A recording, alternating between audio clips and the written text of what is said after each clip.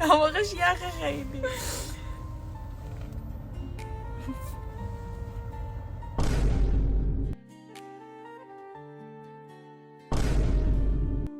Bir bakış yeterdi kalbimde,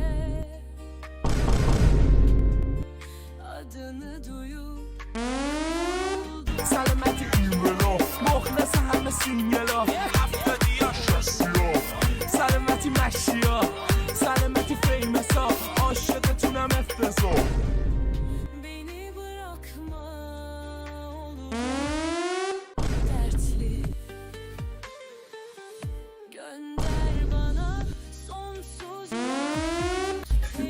سلام آقا، چطوری شما؟ سلام بلا جیگر سلام. یه دختر نجیبم، این روزا خیلی عجیبم.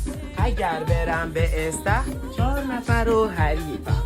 وای میدونی من کیم؟ من قهرمان ملیم، عاشق موی کلیم، شیک زدن رو دوست دارم، هم خیلی هم مشتیم. اگه من شیک بزنم تا صبح باهات فکر بزنم، به هم کانسیلر میدی؟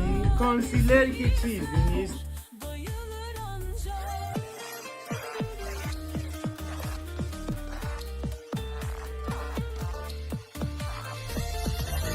دریابم یک geçmiş aklımızda kalırsa, o zaman biz dönmeyiz asla.